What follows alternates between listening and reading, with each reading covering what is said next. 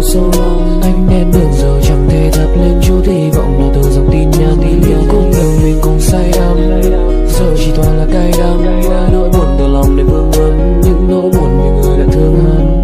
Nhớ đến sau và lỡ mất em rồi tan trong hư vô, rồi chợt mưa xuống như em cố giết chết chính người. Chỉ không thể lấy đôi chân này. Tôi thương em mà em thương ai rồi thôi không sao đâu, chỉ là do anh lâu nay ngủ quên trong trái tim.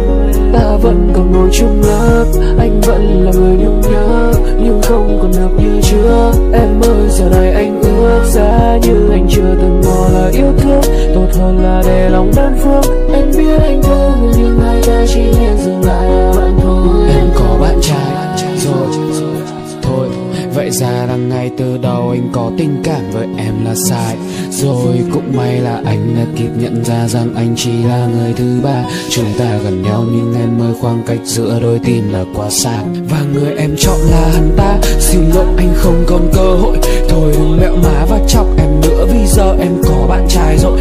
Người ta sẽ ghen và em sẽ buồn, còn anh sẽ lại nhận về những nỗi đau. Đã hơn một tuần trôi qua ta ngồi cạnh nhưng chẳng nói gì với nhau.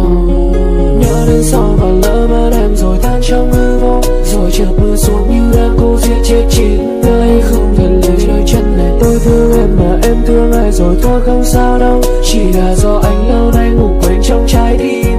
Ta vẫn còn ngồi chung lớp, anh vẫn là người nhung nhớ,